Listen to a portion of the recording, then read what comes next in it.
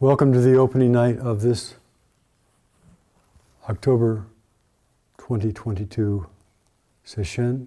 I think it's entitled Longing for the Ancient Way. Used to be. And I actually don't know what that means, except years ago we were at a conference and the title of the conference was Longing for the Ancient Way. And I thought it was so kind of poetic and mysterious. Oh, that'd be a great title for a sesshin. So, may we touch the truth of the ancient way that has always been present.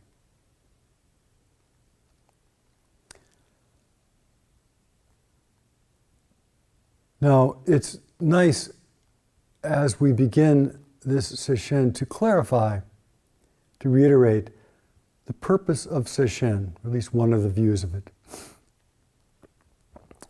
And in essence, it is to experience and to recognize our truest, most honest, foundational nature, so that we can function in the world in a way that is skillful and beneficial. And in the Buddhist tradition, that's called bodhicitta, the aspiration for awakening for the sake of all beings. And in a way, this is the easiest thing in the world, is to see our true nature. Easiest thing in the world, because you open your eyes, right there. You feel your skin, right there. You hear a sound, right there. You move, right there. But it's also the hardest. Literally, it's also one of the most, if not the most difficult thing to see clearly, despite how obvious and present it is. To see things as they are, to see the reality that is the depth and inclusive nature of this moment, means that all of the energies of the world, of us, are also included, are part of that. And the skillful, the neutral, the unskillful flavors and energies all pass through. And that is, at one level, the way things are. But because of our cultural, our familial, our developmental, our karmic backgrounds, our reasons, our history, we have inadvertently lost sight of the flowing nature of the inclusive mind. Forgotten the experience of our true nature. We've forgotten the experience of the whole, complete nature of this dreamlike world. We've forgotten, we've lost track of our intertwined connection, our intertwined being with others. And we have lost track of these because we have clutched onto our false ideas of ourselves and the world. And part of sesshin is to examine these, not to get rid of them, not to make something go away, but to see what is true. And in seeing what is true, it no longer grips us. When we recognize a dream is a dream, the contents of the dream become less compelling. The false ideas that we have about ourselves, the nature of the world, false ideas create friction, create extra hardship, create dukkha, and make it more and more difficult to actually feel deeply alive, and to function in a way that is skillful. The friction between reality and our mistaken notions, the friction between reality and our confused sense of the world, the friction between the nature of the world, true reality, and our personality is painful. And that very pain, that very friction, is part of the aspiration for awakening, part of the aspiration to practice. And doing sesshin and looking directly at the nature of mind, looking directly at our challenges to that realization, we begin to see that our personality is significantly smaller and less important than we imagine it to be. That all of the stratagems that we have for enhancement and protection really don't matter much, don't amount to much. But we also, during sesshin, can see that our position in the world, our place in the field, is infinitely more vital and important than we recognize. So our personality is seen through, whereas our true nature, which is the foundation of life, becomes clear, obvious. So what are the false ideas? What are the ways that we obscure the truth? Or we occlude its movement through our minds? It's pretty straightforward. There's a sensation, a thought, or an experience, even something we have dreamed, a memory, which we don't like, which might be scary, which might be hard, which might be undesirable. And because it is undesirable, we pull away from it. We shrink. We block it away. We put on a little bit of armor. And it may be something that happened early in our life, or maybe a cultural remnant, or maybe an old karmic thread, but there is something that is not palatable, something that does not feel digestible, something that does not feel wholesome, something that feels like it's an obstacle and it's painful, and we retract from it. And we pull away from the direct experience of our own wholeness,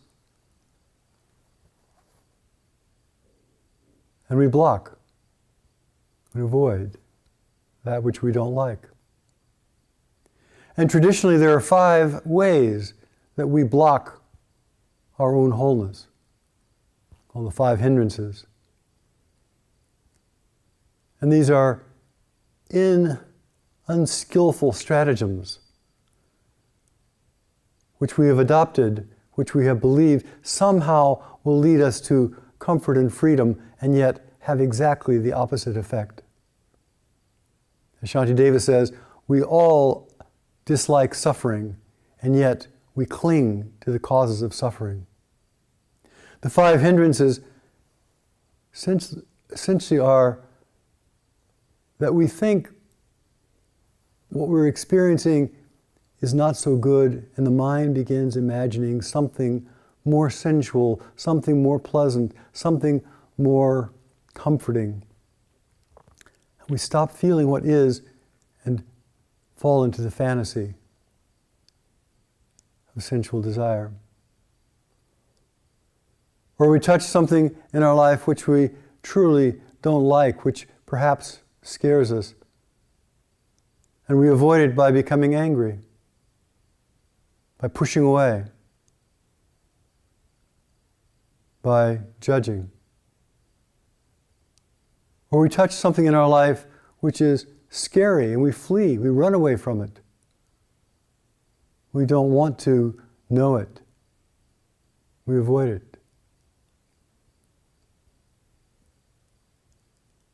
And we become restless, anxious, moving away.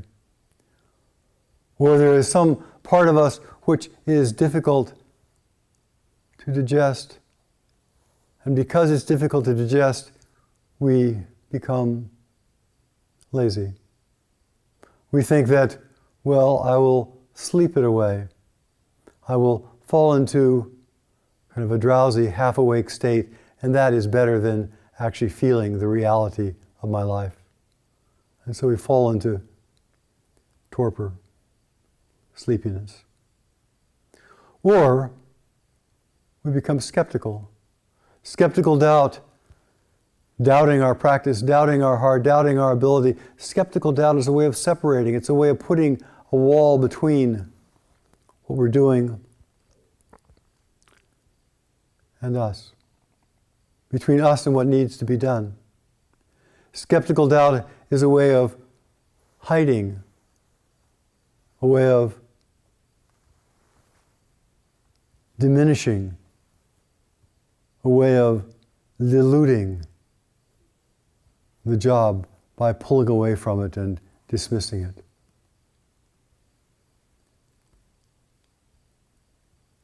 And because of our cultural baggage, our emotional and personal baggage, we have grasped a hold of these stratagems, and we somehow think that they are real, and they are doing us benefit, and they are helpful. In reality, they are part of the causes of suffering. These 5 hindrances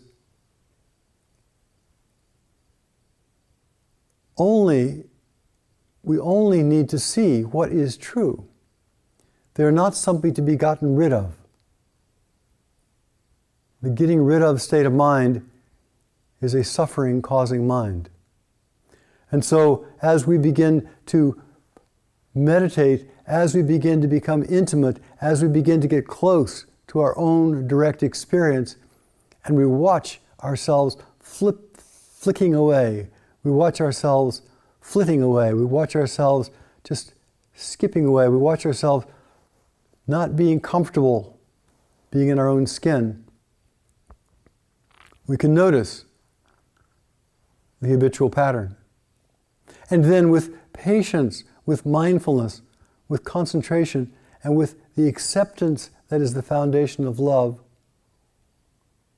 rather than give them credence,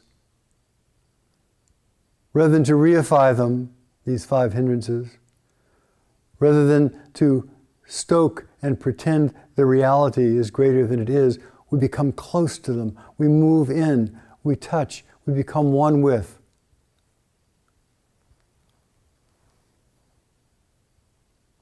The nature of practice is when we encounter a challenge, a difficulty, whether it be physically or mentally or emotionally, we move in close to see what it consists of, what it's made of, what its texture is, what its reality is.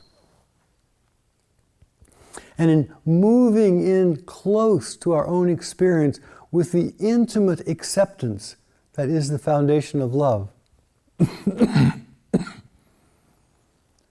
we begin to not be deceived by our old, unskillful habits. And we begin instead to dance cheek to cheek, breath to breath with reality. We begin to get so close that we're no longer scared of our own experience. We come to Sesshin to see what is deeply true about ourselves and to do our best to embody the deepest truth. And we embody the deepest truth and become exemplars for other people and encourage them to also investigate and see what is deeply true. So that as we look into the root of reality, we can then, because we have seen that path, we can encourage other people to look into the roots of reality. As we practice the freedom and the purpose of bodhicitta, then we can hopefully inspire others to realize that freedom is possible. There are realms in this world where nobody understands that freedom is really possible. And yet, as we practice, we begin to realize and we begin to see directly that our circumstances do not dictate our experience. Viktor Frankl, the psychologist, the psychiatrist in Auschwitz, would say that the only thing that can't be taken away from us is our attitude, our intention, our freedom at this level. Sesshin is a way of finding liberation. Sesshin is a way of seeing into and through the habitual blockages that we carry. Sesshin is a way of practicing with patience, presence, and we are willing to be present and to accept that this body-mind is the way this body-mind is. And that acceptance is the foundation of love. You cannot have love without acceptance. It doesn't mean agreement, it means acceptance. And the third part, willingness to be present, acceptance, and the third part is the aspiration to help others. We recently read an article here by Master Sungsan Sanem, the Korean Son teacher, who basically said that if your motivation is, I want to feel good, your motivation is, I want comfort and peace, that's fine, great. You will practice until you feel comfortable and peaceful, and then you will stop. But if your aspiration is to help and be beneficial, be a benefit to others, if your aspiration is to liberate, save, help all beings, then that aspiration goes beyond the temporary idiosyncrasies of our moment-to-moment existence. During Sesshin, we explore and we unfold and we reveal these by, first off, diminishing the cognitive activity of separation. We become intimate, as I was talking about, but the cognitive activity of separation blocks that intimacy. And it's the function of words is to separate. The function of words is to discriminate this from that. So the place of inclusive being is before words. It can include words, but we have to start with before words. We can't start with words. So during Sesshin, some of the foundations are don't talk. Don't talk.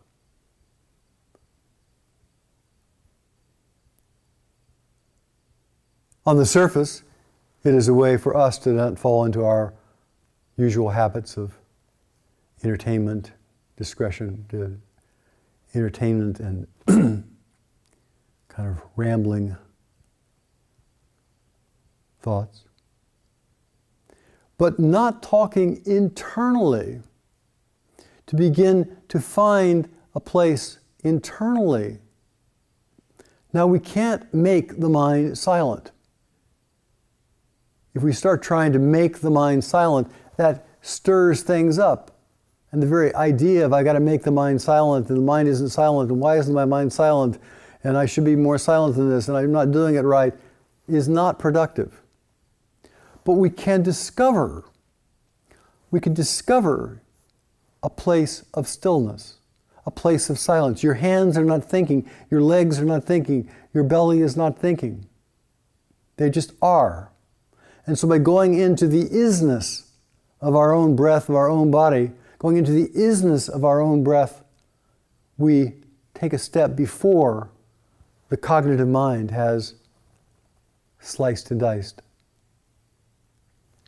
Don't talk. Discover the place that is not talking in your own heart. And corollary to that, don't write. Every time that we are writing, whether we're writing poetry or journaling or essays or whatever, it stimulates, wakes up that particular mind of separation. This is not an ultimate truth. This is not, say, never write and never talk. That would be dumb. But during Sesshin, during this period where the intention is to see what is richer and deeper and broader than the cognitive separating mind, avoid these as a temporary expedient. Like you're trying to do homework and you turn off the TV, turn off the radio, you give up your cell phone.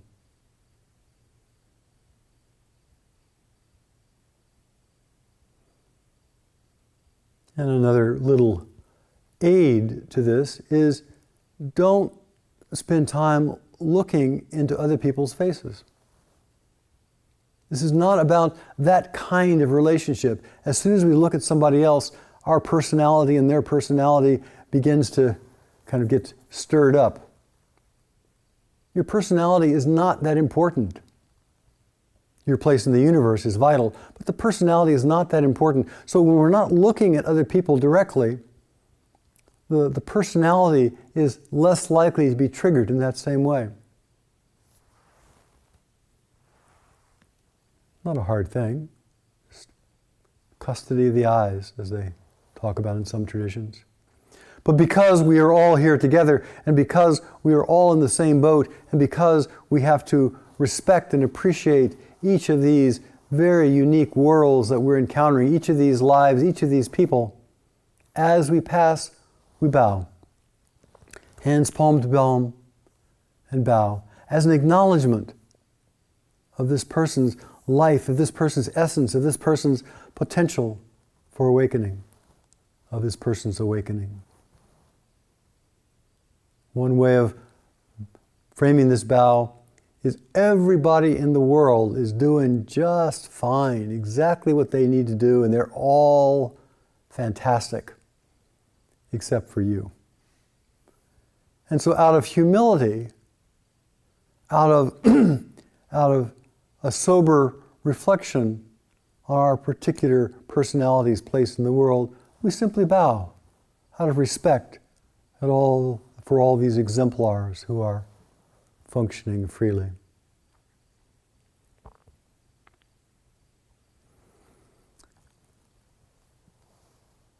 Sesshin is not about being taught something.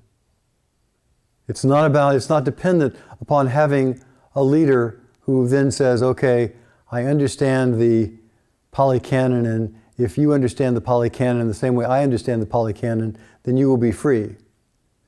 Rather, Sesshin is an opportunity for each person to do their own work, for each person to walk the path step by step by step.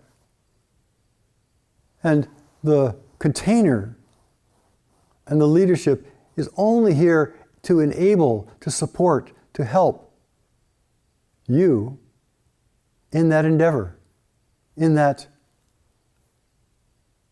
walking.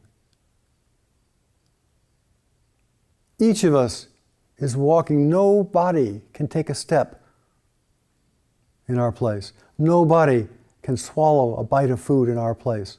Nobody can breathe in our place. Nobody can practice and see the true nature of mind and find the source of acceptance and loving kindness in our life except for us. But please, have confidence. Have confidence in that which is already breathing you, that which is already seeing you, that which is already awake. Have confidence. And practice wholeheartedly. Practice assiduously. Practice completely through the ups and downs and the vicissitudes of this week. Have deep faith.